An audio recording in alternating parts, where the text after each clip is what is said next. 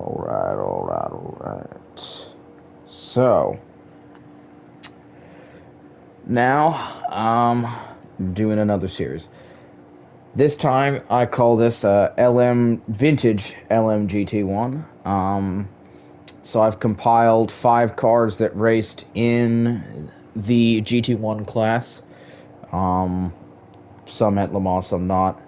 I don't know if the Ford GT ever raced at LeMans, but I don't give a horse's ass. Here today, I have a field consisting of the McLaren F1 GTR long tail, a Mawtech GT1 Ford GT, the Mercedes-Benz CLK LM, that's the V8 one, the Toyota GT1, yes, it's the LMP version, but it's, close enough, thanks to me adjusting stats, and an Aston Martin DBR9 GT1. I did a random wheel to determine where the car started. I did it by manufacturer, so that's why you have 3 BMW McLaren F1s, 3 Fords, 3 Mercs, 3 Toyotas, and 3 Astons, instead of, random orders, because I was lazy.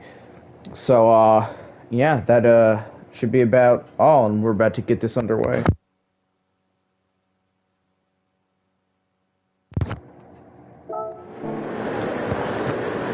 Alright, what I will do...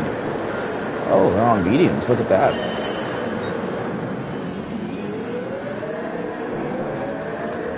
Alright, here we go.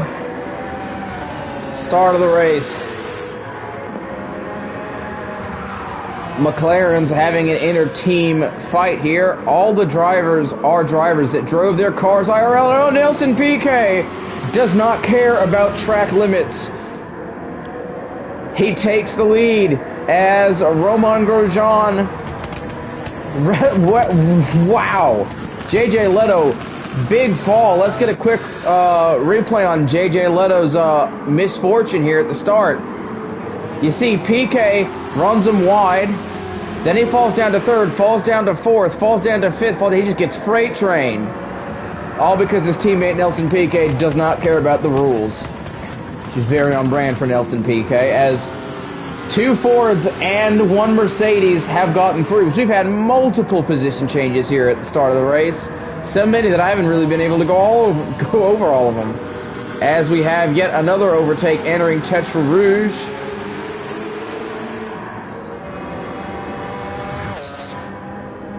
Piquet leads the field as we head down the Wanderers Straight. I'm pronouncing that incorrectly, but I don't care. You call it the Mulsanne if you want. Romain Grosjean raced this car back in 2010.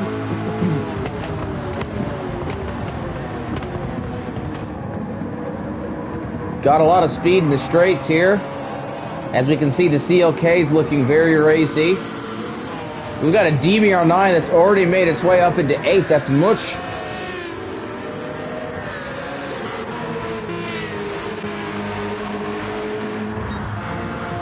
Grid of 15 cars today. Nelson Piquet retains his lead at Romain Grosjean, carving his way through the cars in front of him. Oh, but they're side by side. Can Soper? No. He cannot reclaim P2.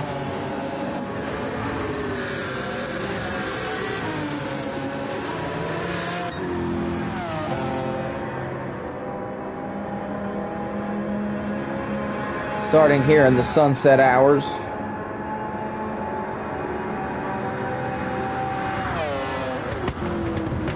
In the Les Arts region.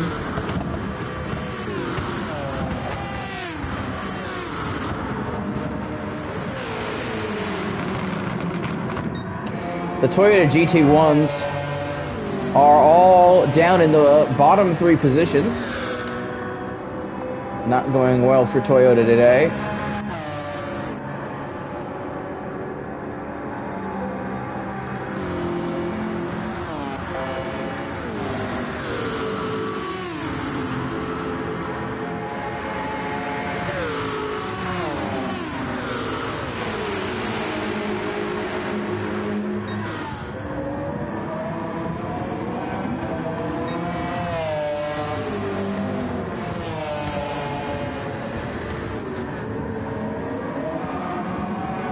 getting a little loose there.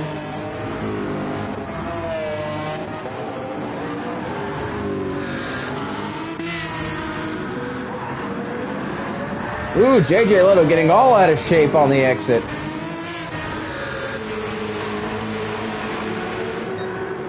While the Toyotas may all be at the back, two of them are at least keeping up with the field, as Nelson Piquet looks set to lead the first lap here at Le Mans.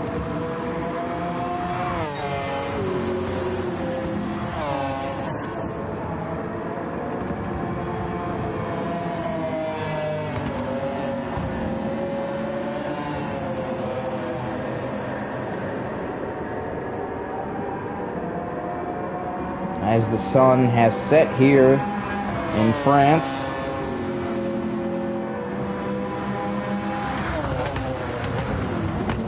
It goes dark. Meanwhile, the safety cars just made it to the Porsche curve section.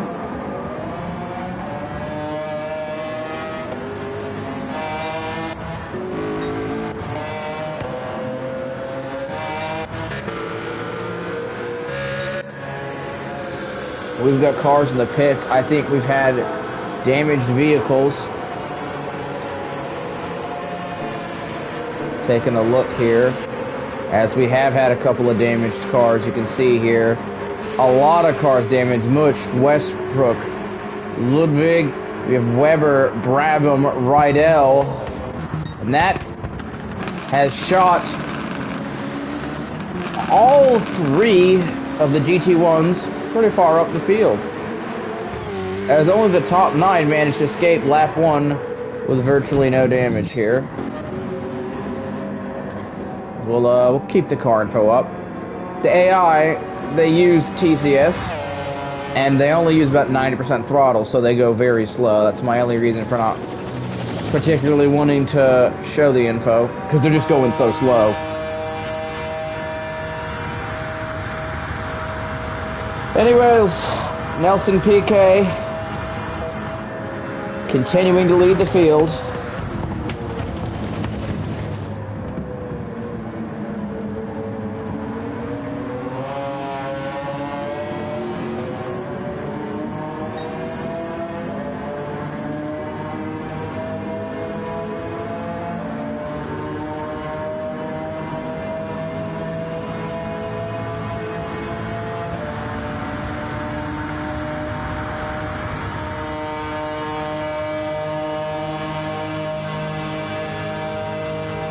As we have some incredible sounding machines going around the track here.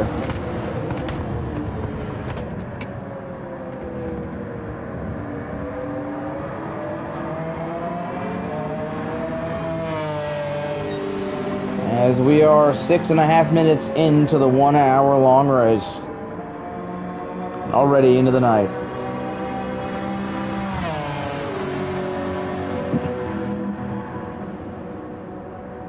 Lead drivers Nelson Piquet and Romain Grosjean have pulled out quite a gap on the field. Oh, Grosjean had a cheeky little look down the inside. There's a little bit of contact. Piquet gets a little loose on exit, but he plants his foot down. The Ford GT and the DBR9 have more straight line speed than the other 390s cars, but inversely, their fuel economy isn't quite as good.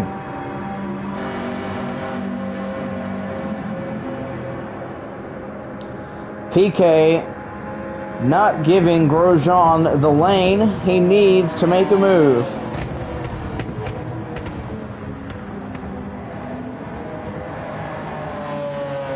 As Soper,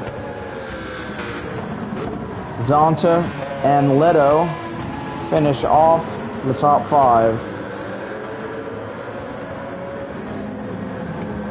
with Turner in 6th. Everybody there. I do not know why Brabham is British. I think that is a small mistake on my part, but I'll ignore it. They are side by side getting into the Porsche curve, Nelson Piquet and Romain Grosjean. But PK stands on business as he's on track to lead yet another lap early on in the race.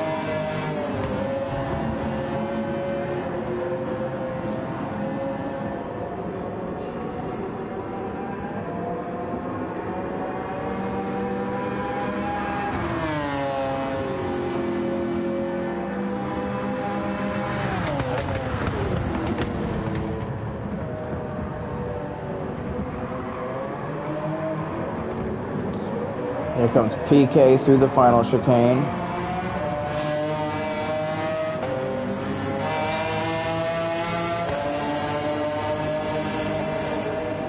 Effectively 9 seconds slower than I would have gone there.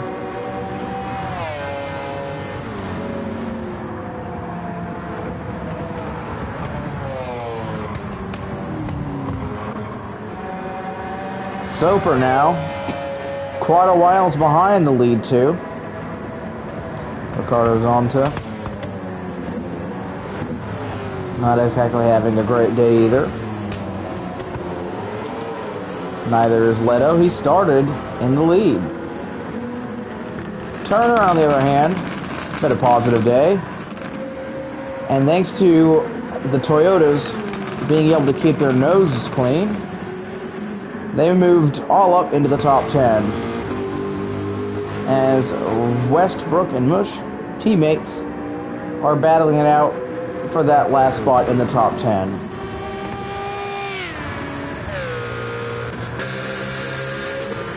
And it looks like Brabham had damage 2 laps in a row.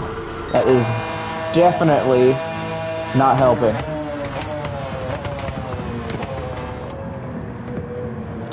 PK now leading into the first chicane. Was nowhere near under as much of a threat as he was last lap from Romain Grosjean.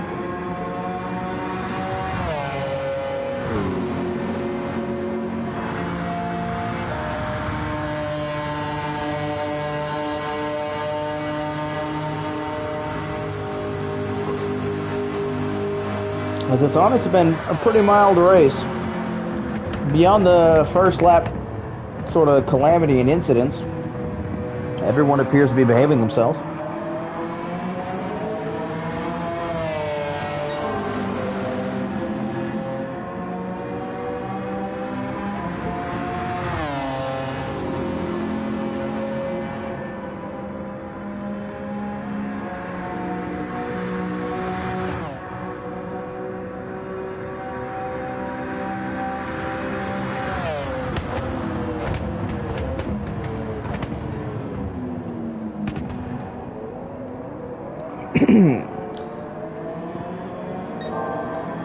Out from the biggest straight on track. Run down to Indianapolis now. Grosjean closer.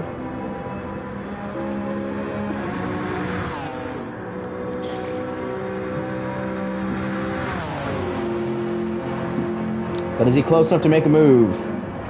He's looking for room. PK hasn't given him any so far today.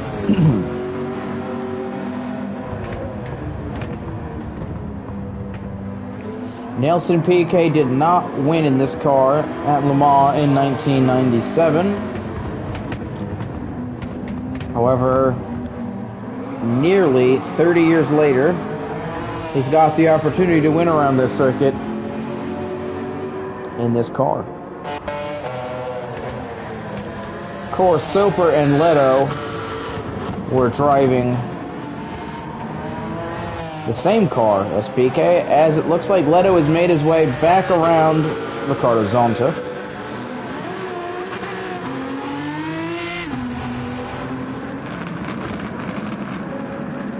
Katayama, Tsuchiya, and Suzuki retaining their positions. Much and Rydell now fighting over 10th place. Westbrook has dropped a position. Ludwig and Weber not having a great day. But David Brabham, not only does he have his nationality incorrect, he's got everything going wrong for him today.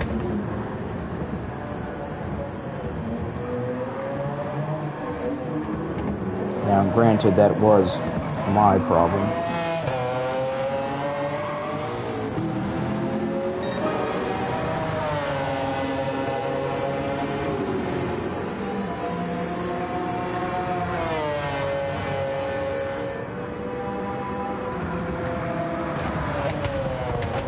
Because obviously David Brabham is Jack Brabham's son.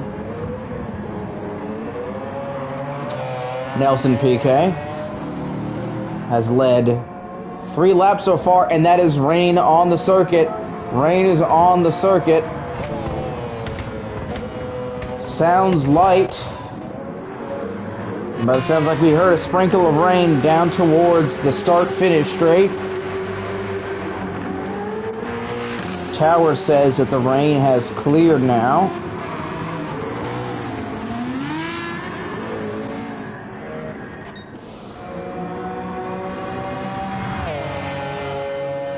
We will keep our radars open here just to make sure that it stays that way.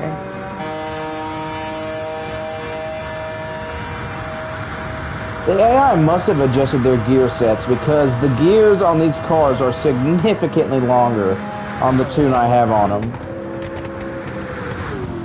Maybe they keep the same power and weight, but they automatically modify the gearing. Now JJ Leto has been on a charge. He is now catching up to teammate Soper. As the water on circuit increases, it is definitely raining. This could be exactly what David Brabham needs. Where is he on circuit? Nope, too late. He can't pit. In fact, this is exactly what he didn't want to see in that case. How heavy does the rain get? How long does it take for it to become too heavy for slicks?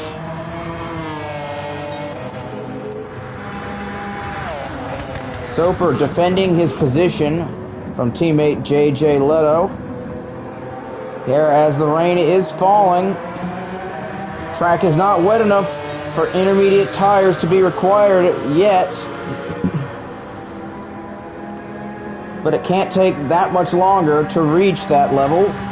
When will the changeover point happen? We're inching closer. You can hear some drivers up in the distance struggling for traction. JJ Leto wants to make a move on his teammate, and he wants to make it soon. But he cannot afford to get damaged, because the AI here cannot pit for tires and repairs at the same time.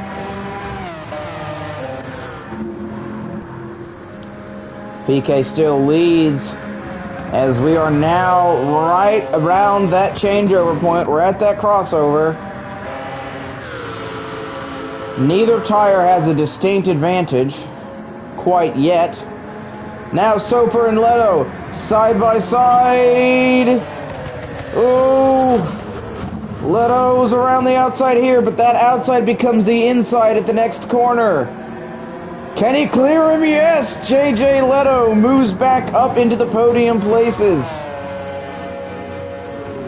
Now the question is, do the teams call their drivers in?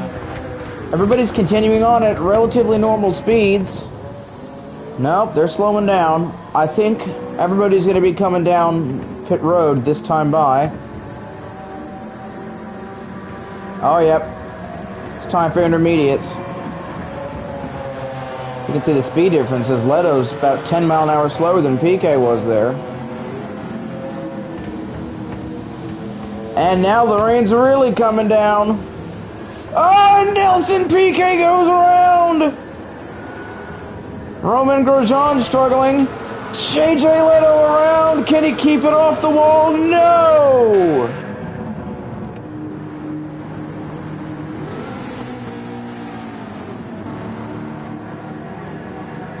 Nelson Piquet desperately struggling with traction and rear-ended by Soper. Oh!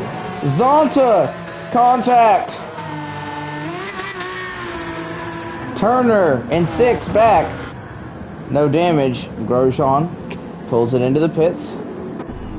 This is when full-blown chaos ensues because to the best of my knowledge, these cars that are all coming in with damage cannot take slicks. Sorry, cannot take wets. Turner going slowly. Here come the Toyotas. Do they collect him? Do they clean him out? Do they slow down? Do they go around? Bam. Damage for the two lead Toyotas. Much struggling. He's got Suzuki behind him. Oh! It's a calamity back here in the field. Rydell, damage. Ludwig, damage. And David Brabham. Not happy. Grosjean exits the pits on the intermediate tire. Soper close behind. Zonta, of course, unable to change his tires. Piquet unable to change tires. Leto unable to change tires. Much won't be able to change his tires. Ludwig won't be able to change tires. Neither will Katayama, Tsuchiya, or Suzuki, or Turner, or Rydell, or Mark Webber when he finally gets around to pit lane. Of course, the rain has started to calm down. David Brabham, as long as he keeps it off the wall before pit lane, could switch to intermediates. So that means effectively the top three, Romain Grosjean is currently, well, it looks like he's about, he looks like he's going to win. Looks like he's going to win.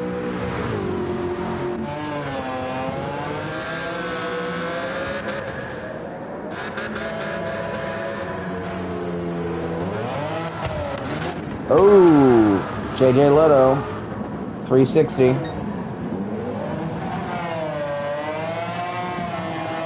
So this just happens to expose why Gran Turismo 7's AI are stupid.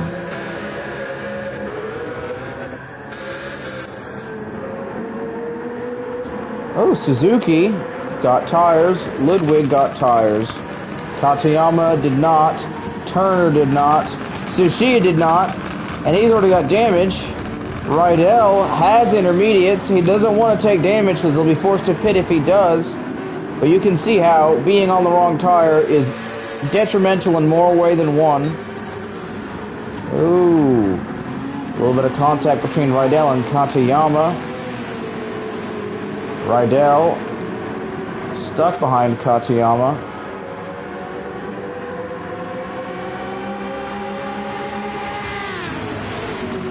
Needs to get around.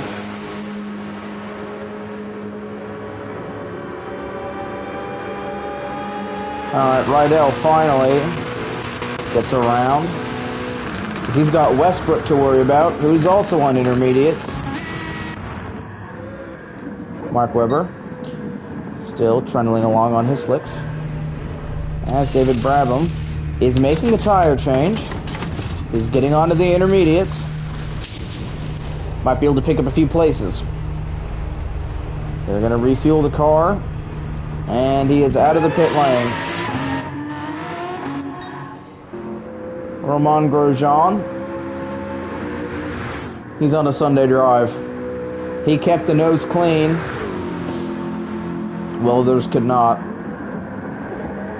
PK still remains second place. Oh!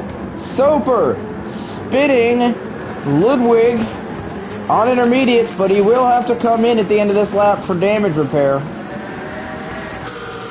As will Westbrook.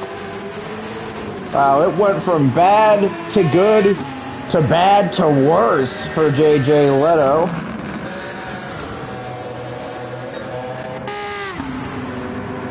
Rydell, damage in the front and the rear. Nelson Piquet, amidst all of this craziness and calamity, has managed not to pick up damage. So as long as he can continue to stay damage-free, he'll at the very least get to put on intermediates at the end of this lap.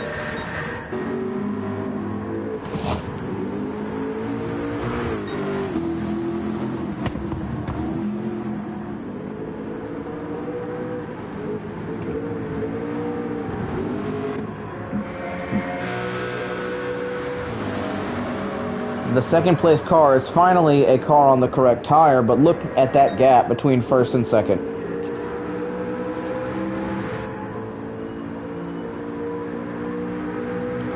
Romain Grosjean has got it made.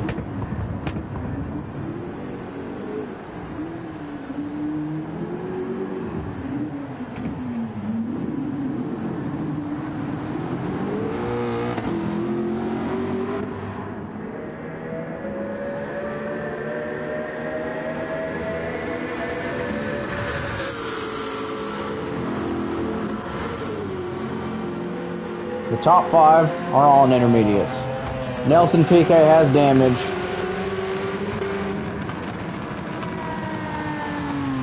Turner appears to be the only car on track, with the exception of Mark Webber, on the wrong tires with no damage.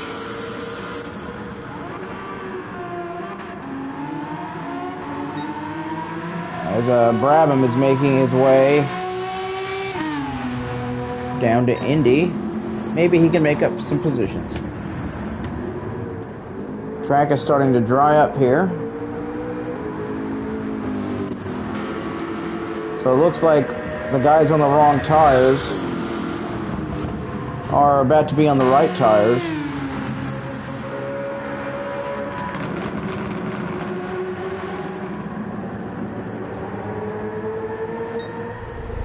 It looks like they will have just wrote it out.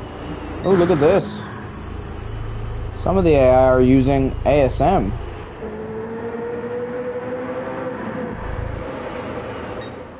Or they have all the assists just turned on by default.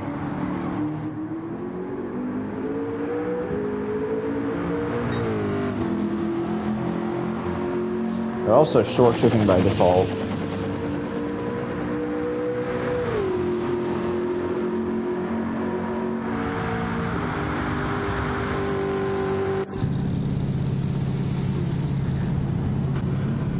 Westbrook fills the tank, repairs the car. Suzuki does not take fuel, gets out just behind Rydell. Katayama in the pits, Tsuchiya, Piquet, Soper. Turner has not pitted. Interesting. Mark Webber stays out as the track is now dry enough for his slicks. And that manages to rocket him up to 6th. Definitely a positive step in the right direction, as not needing to switch off of his intermediates could potentially vault him even further up the field. Turner still on slicks, but he was afraid of the car there for a minute. Brabham on intermediates, Katayama and Tsuchiya are on slicks. Piquet and Soper are on slicks. Piquet has a brand new medium, which would indicate that he got new tires, which I didn't know was possible when drivers had damage.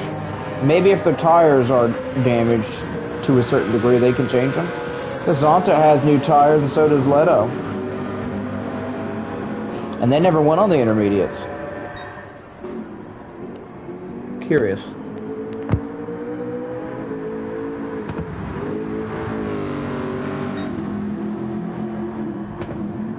Checking back in on race leader Romain Grosjean. His lead is even more significant over the Mercedes of Ludwig. His teammate Westbrook rounds off the podium.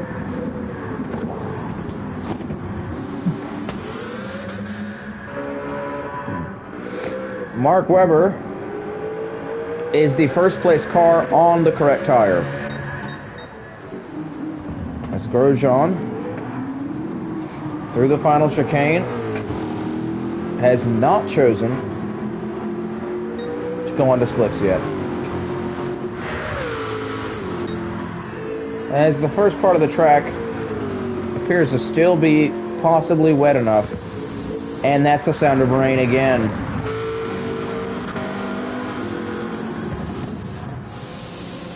That is not the sound Mark Webber wanted to hear.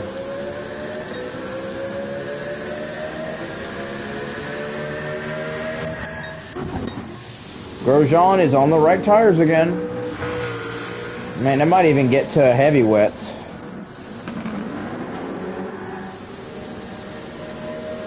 Mark Webber screaming at a near 140 on his way down to Indy, and it is a catastrophic downpour. Look at that.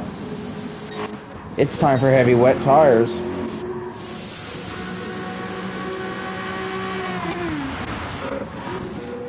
Well, you look at where Grosjean is on track, you look at where Ludwig is. Grosjean already down near the first chicane on the long straight. Ludwig just about to reach pit lane where he can put on a fresh set of heavies. Except it's debatably no longer time for heavy wets. What's the call? Staying out.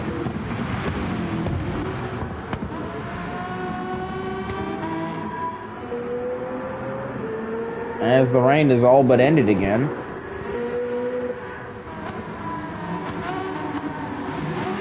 David Brabham has overtaken Mark Webber, who is currently the lead car on slick tires.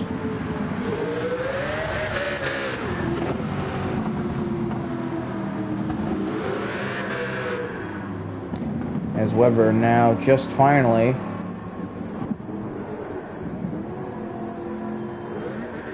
getting into the Porsche curves.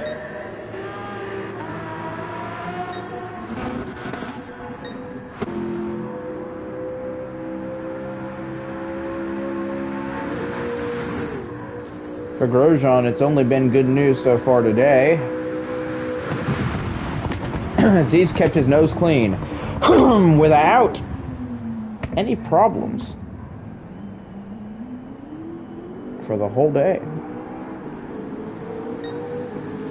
It was impressive. You know, keeping your nose clean wasn't exactly something Romain Grosjean was known for during his tenure in Formula One. But today, that wasn't a problem for him.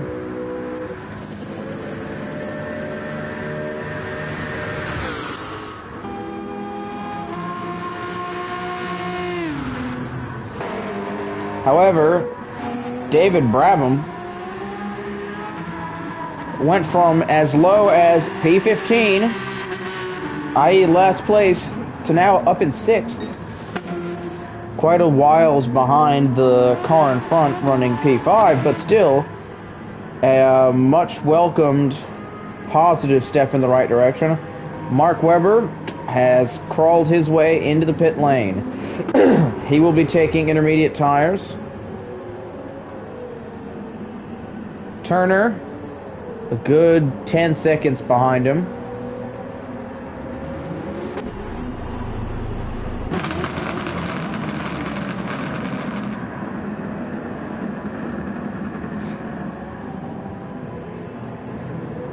Here come the Toyotas. Katayama has no damage. PK and Zonta have no damage, but Soper does. Leto does not. Leto can finally get on the correct tire. Much can get on the correct tire. So it looks like Soper and Tsuchiya are going to be the big losers in the pit lane. Webber is out and on the intermediate tire. And he is still on the lead lap. Grosjean now coming through the final chicane. He is, see,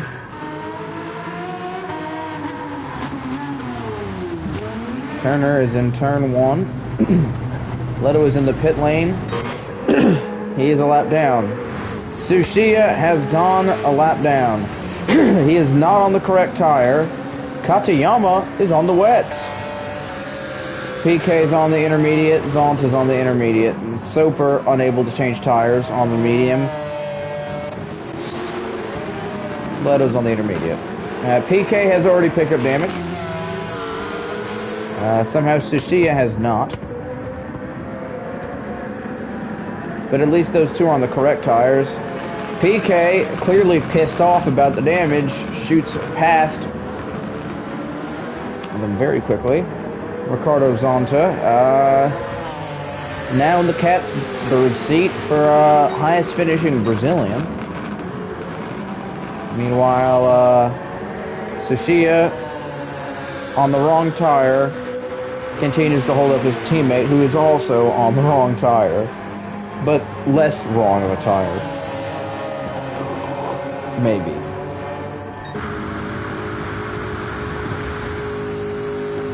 I wouldn't say it's time for slicks yet, but I wouldn't say we're all that far. Somewhere around the 40 to 45 minute mark will definitely be time for slicks. However, if more rain comes, that could change very quickly. Grosjean now making his way down the backstretch. Ludwig all the way up to second. Westbrook behind in third. Rydell behind fourth. Suzuki fifth. Brabham sixth. And Weber seventh.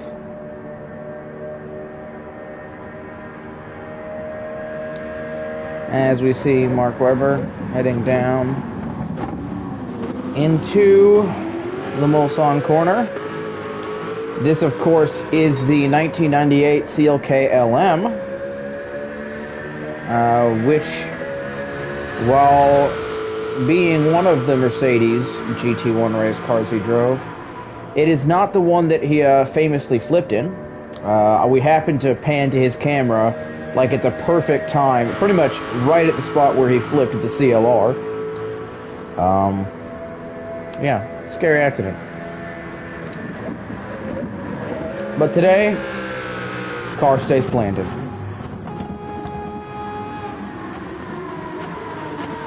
As that screaming V12 Aston Martin passes by camera. Ricardo Zonta now trying to pass his countryman, Nelson Piquet, who has damage to the front of his car. Thanks to the damage, Piquet really isn't able to do all that much. Except for watch as Zonta makes the move. Katayama and Leto collided, which have caused the two to retrieve damage. Much is now on the wets. Tsuchiya is on the wrong tire. Soper is on the wrong tire. Two of them may have collided. Now we see Grosjean's intermediate tires have taken one hell of a beating. I believe it was at the end of lap 4 when he pitted last.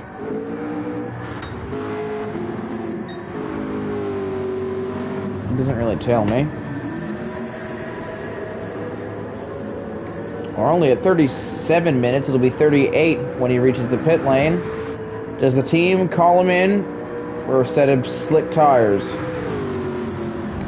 They do not. The question is, will Ludwig and Westbrook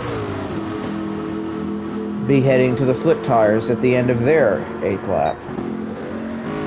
Grosjean decides to start his 9th lap and to remain on his set of intermediates. As he's just lapped, which Mercedes was that? That would be Much? No. Which Merc is that?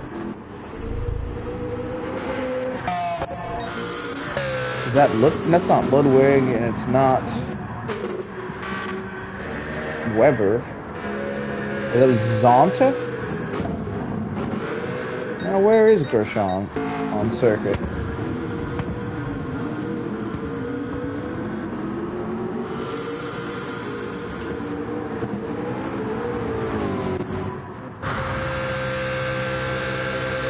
Grosjean just approaching another Mercedes. It wasn't Ludwig, so it had to be Zonta. Looks like Zonta has the leader in his rearview mirrors. Look at that. I mean, Grosjean has everyone outside of the top 10 lapped, including 10th place car. Means Grosjean only has 8 more drivers to lap if he wants to lap the whole field. However, I'd argue it's time for slicks, and ooh, you can see Grosjean's intermediates are dying. They are dying. Has he stayed out too long? I think he has. Ludwig has not changed tires. Westbrook has not changed tires. Rydell has not changed tires. Will Suzuki make the call? If he comes in for slicks right now, this could be a race-changing call. I would say it's time to come in. Do they make the call? They do not.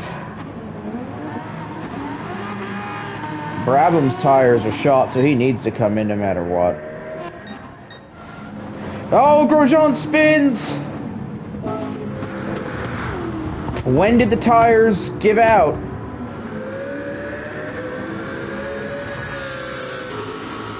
Here he goes, he gets loose. I knew that it was time to pit. Grosjean will have used up the last of his rear tires there. Undoubtedly. This is a nightmare for Romain Grosjean, who is, up to this point, been perfect, but now he's struggling to get pointed in the right direction. That's what, 5 spins in a row as his teammate breezes past him. There goes another McLaren now going to unlap themselves. Grosjean has got the car back under power. That will have not entirely diminished his lead, but suddenly Ludwig might be right back in it, because if Grosjean had troubles with the car already, surely he'll be having troubles in the future. David Brabham is in the pit lane. Does he go to an intermediate, a new one, or will he take the slicks, as I believe he should? And can Grosjean manage to keep the car from spinning? And can he manage to keep the car from being damaged? I'm pretty sure that if it gets damaged, he can't change tires unless terminally damaged tire is considered damage. Ludwig's intermediates don't exactly look too hot either. Westbrook's tires have died. Rydell's tires. Ooh, he had a big slide. They've died. Suzuki's tires still have life in them. Brabham is on a brand new intermediate. No idea what the hell the team was thinking. Mark Webber is in. He has no damage. Oh shit, he's lucky. He just about screwed the car entering the pit lane. If he has no terminal tire damage and no vehicle damage, the only reason he could be pitting right now, and the same thing with Turner, is because they've decided it's time to make the switch to the slick tire. But what tire? Is it the medium or is it soft? And here we come through a tricky set of corners. How does Grosjean fare? Sliding. Saves it. Both tires have died now, so maybe 2 dead, equally dead rears are easier to handle than, one dead rear. The question is, if the tire's completely dead, it's effectively just a slick with no grip. He's still drifting. Ludwig now. Catching, but not enough. Grosjean just has to make sure he does not damage the car on pit entry. If he damages the car on pit entry, he's done for. Weber on the softs. Turner on the softs. Grosjean keeps it clean. Oh! Who was that? Was that PK? Let's take a look at that. Yeah, PK entering the pits. Gets into the wall. Oh, wait a minute. Looks like he got into Grosjean. He got into the wall and into Grosjean? No, it was that Westbrook? Who was it that he hit into the pit lane? It looks like he hit Mush. Did he give Mush damage? Oh! No, he did not. Grosjean. Was I not looking at Grosjean when I was commentating that? I must not have been. Grosjean now entering the pits. No, yeah, he's keeping it clean. Ooh, PK.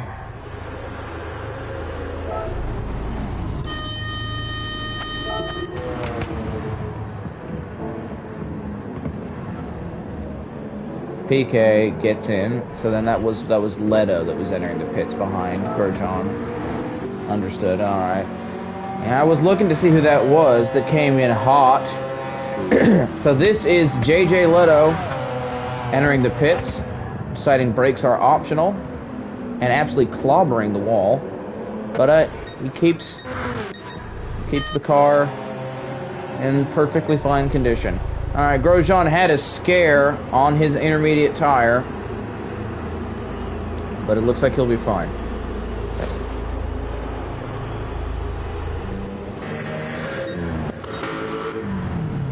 Just waiting to enter his box. Oh, Westbrook's off, and he's ruined his race. Rydell takes P3 on a completely shot intermediate.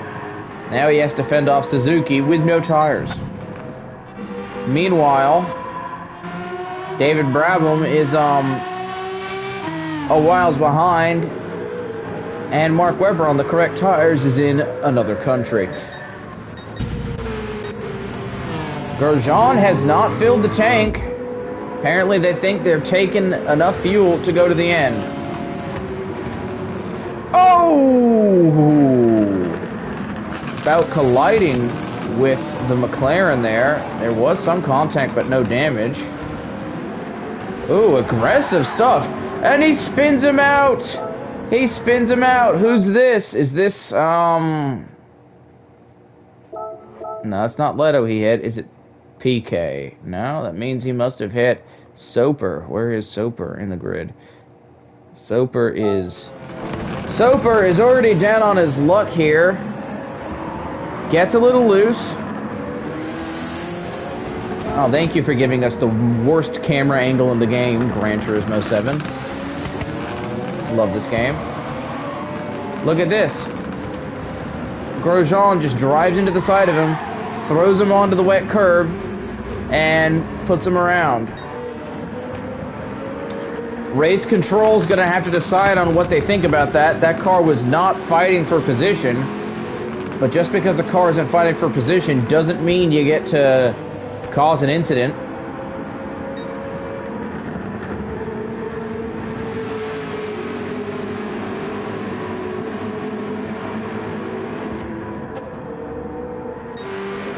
Grosjean is on another intermediate tire. This is curious.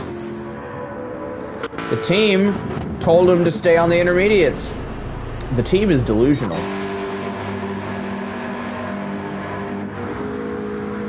Grosjean's going to have to pit again.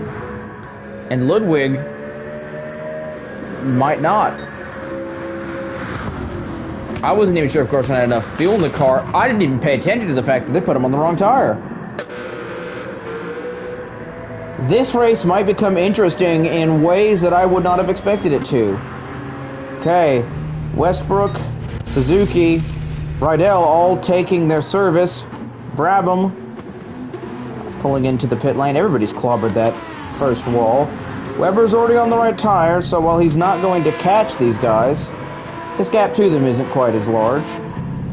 Let's see, they're all on the right tires, correct? Nope, Rydell's on the wrong tire. Suzuki is on the good tire. Westbrook is on the wrong tire, so since their tires were I guess terminally damaged tire is considered damaged, so they could only put the same tire that was already on it. Brabham's intermediates were fine, so he can get new tires. Weber doing fine. Well, how are Grosjean's tires looking? Not great, but he'll still have to come in for slicks.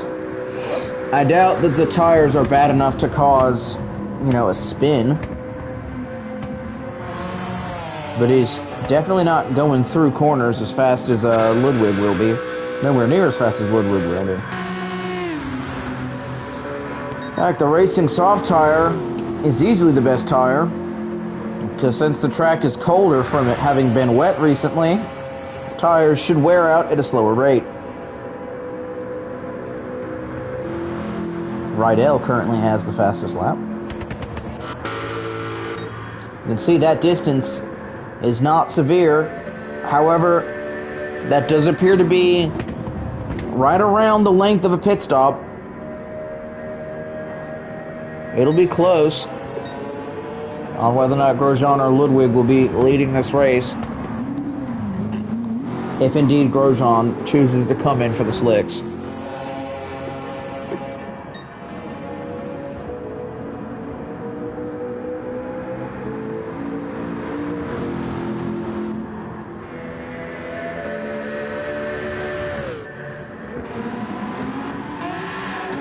Suzuki catching up to Rydell very quickly. She is on the correct tire.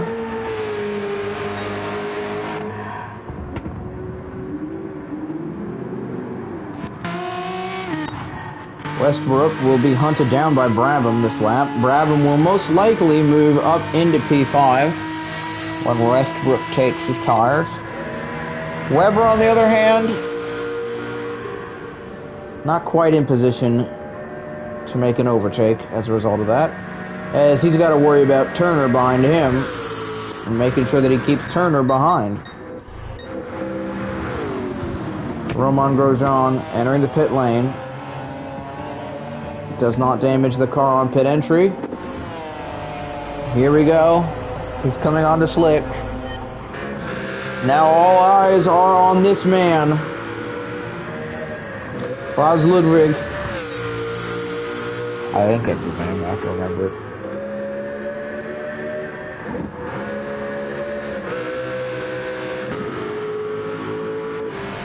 Grosjean's team still waiting for his car to enter the box.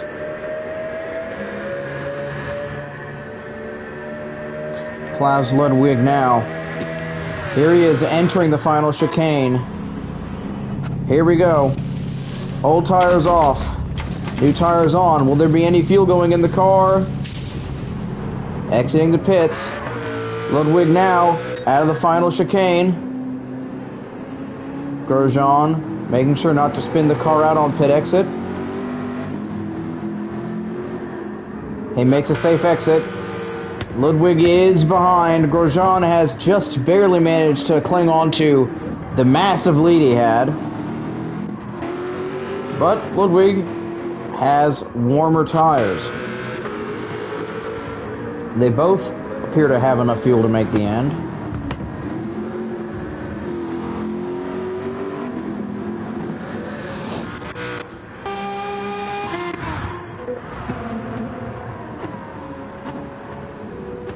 Rydell comes in. They'll be taking new tires. Suzuki will nab that final podium place off of Rydell. Team have gotten the tires out. And as Suzuki makes his way to the final chicane, the team are still waiting for Rydell to make it to the box. Westbrook has also entered the pits. David Brabham now making his way down to the final chicanes. Rydell's still not in his pit box. There comes Brabham now. Can Brabham overtake Rydell? I don't think so, but he should be able to get Westbrook. As Brabham comes out of the final chicane, Rydell is coming out of his box. Westbrook has not reached his box yet. Looks to be a 4.57 for Aston Martin. As Mark Webber was not able to keep Turner at bay.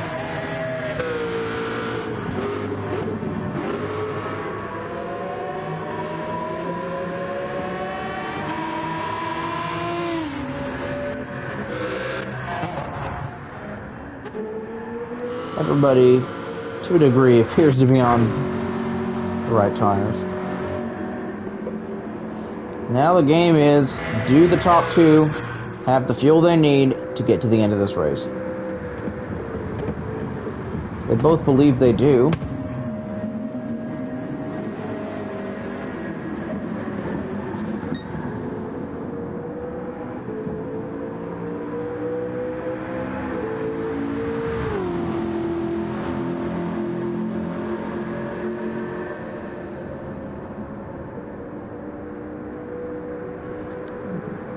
Based on their shift habits and their throttle habits, I do believe they both have the fuel they need to make the end of this race.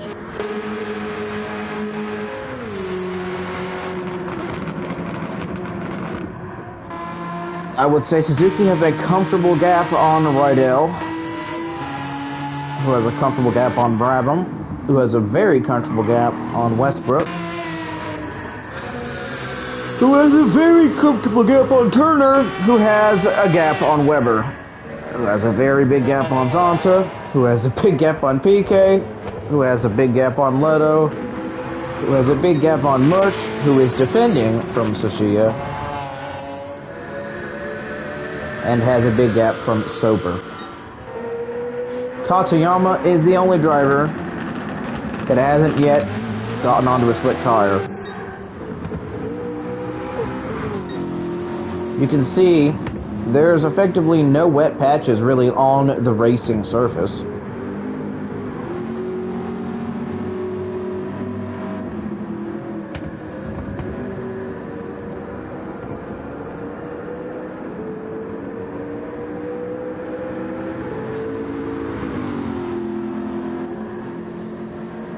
Romain Grosjean is not under threat from Klaus Ludwig.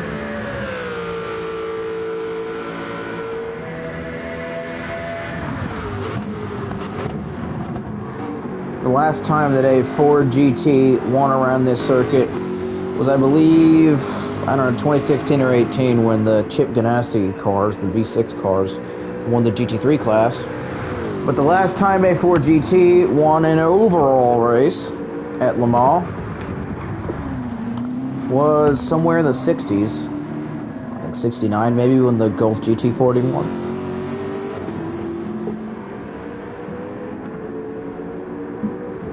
This GT is effectively a big brother to the GT40. When you look at the styling of this generation of Ford GT, you can tell quite clearly that it is supposed to be a GT40, but a modern one. And my God, is it a beautiful car. Meanwhile, the CLK LM in second place has a different look to it. I and a lot of other people tend to like the way this car looks, but unconventional at the very least, as the C-Class Mercedes that the CLK would be based on looks nothing alike to a CLK LM or CLK GTR. And of course, Toyota, from what I know, only ever made one road-going example of the Toyota GT1. And I believe that was because in 1998, when this car first ran in the GT1 class, They needed to have a road-going example for the car to be legal. However, in 1999, when the class that this vehicle raced in changed, it no longer needed a road-going example. And that's why Toyota never ended up making any that were sold to the public.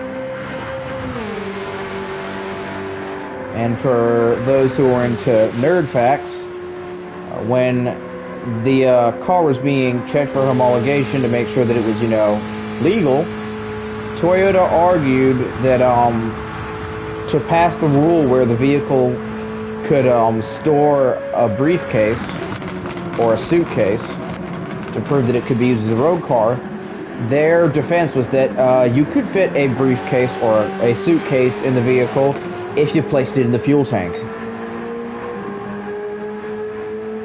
Which it would fit into the fuel tank. However, that would definitely make your travel plans complicated, because you have to be explaining to everybody the whole trip why you smelled like gasoline or petrol, whatever you call it, or wherever you live in the world. Romain Grosjean now on what appears to be the penultimate lap. Ooh, as he snaps a little loose there. His gap to Klaus Ludwig has only grown.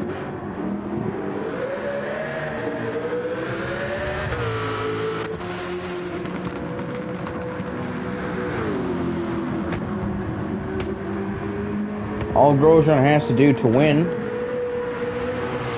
is manage not to crash into the Toyota in front of him. And that would be not Suzuki he's about to lap. Then who is it? Not Katayama. It's Tsuchiya, who he will be not making any contact with. There comes Romain Grosjean now. Through the final set of chicanes. For the second to last time. For some people, this is their last lap. Romain Grosjean crosses the line to start his final lap of the race. Klaus Ludwig now making it through the chicane. Will be the second driver to take the white flag for lap 13.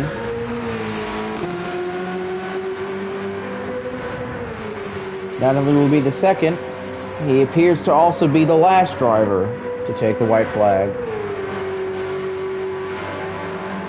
The next flag Suzuki will see, he hopes, is the checkered flag, as Rydell has been hunting him down.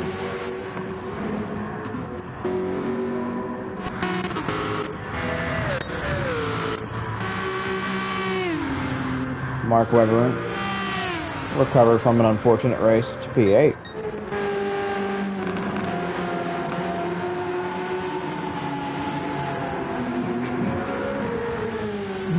Here comes Suzuki.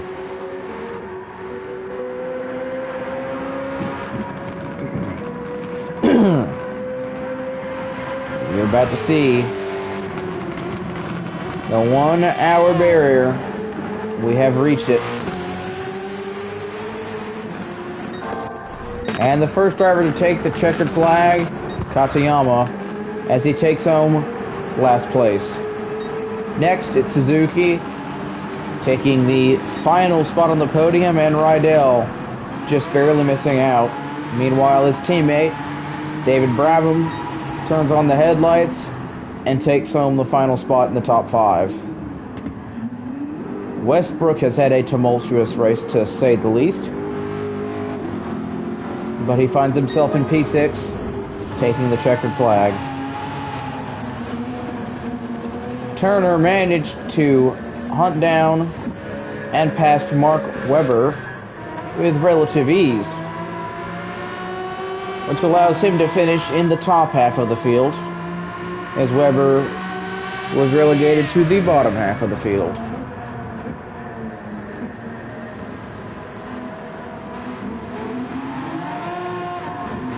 Here comes Turner through the final chicane for the final time to take home P7.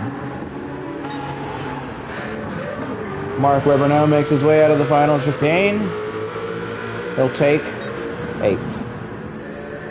Ricardo Zonta does hang on to the honors of highest finishing Brazilian, but it's only going to be P9, which I know he won't be too excited about.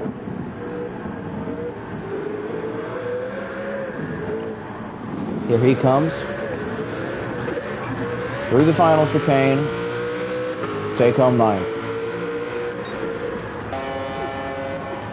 Now Nelson Piquet heads down to the final chicanes. This is going to be for 10th. Definitely a frustrating day for Piquet. Wouldn't want to be talking to him post-race as he takes the final spot in the top 10. Meanwhile, teammate JJ Leto has had, for lack of better words, gotten the shit end of the stick today. He got hoed out of the way by his teammate PK, whose name is on the car because the car costs 20 million credits and I wasn't going to spend 60 million credits getting a bespoke one for each driver.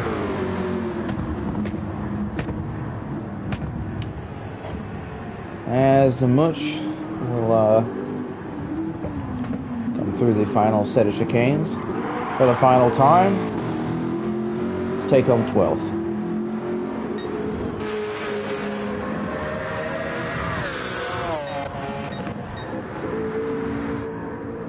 Here comes Romain Grosjean now.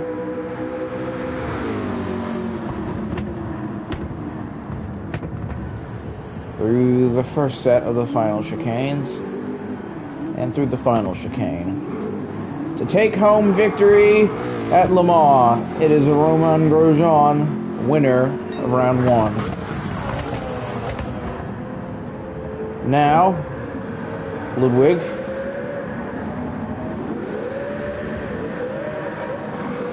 takes home P2 and Soper takes home 13th, and Suchiya has to watch the checkered flag wave for P14. First driver to take the checkered flag was the driver finishing in the last. He was 2 laps down.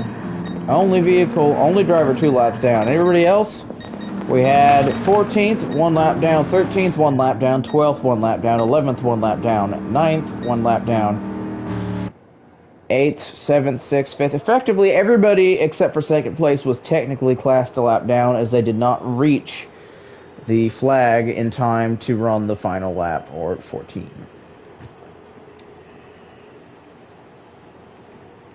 Well, gentlemen, ladies and gentlemen, that was Le Mans.